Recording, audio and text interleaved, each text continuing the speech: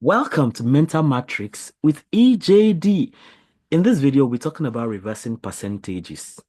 So when you see percentage, instead of trying to worry yourself and trying to get the right answer, what you just do, for instance, if you have 17% of 50, you should know that that is exactly the same thing as 50% of 17.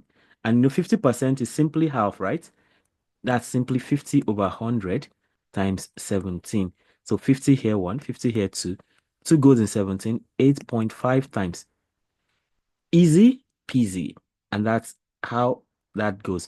So instead of trying to rack your brain and, looking for calculator, it's not necessary. Now, how about 13% of 100? Okay? 13% of 100, that is simply 100% of 13. What's 100% of 13? 100% of something is just that thing, right? But I mean, just for the sake of it, that's 100 over 100 times 13. This is 100 cancels 100. That's 1 times 13. That's 13. So 13% of 100 is simply 13. Okay. Then we have 14% of 25. That's simply 25% of 14. I know 25% is 1 over 4, right? Or 25 over 100 times 14. So 25 here is 1, 25 here is 4.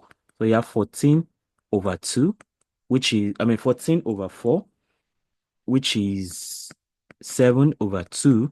And that is simply 3.5. Easy.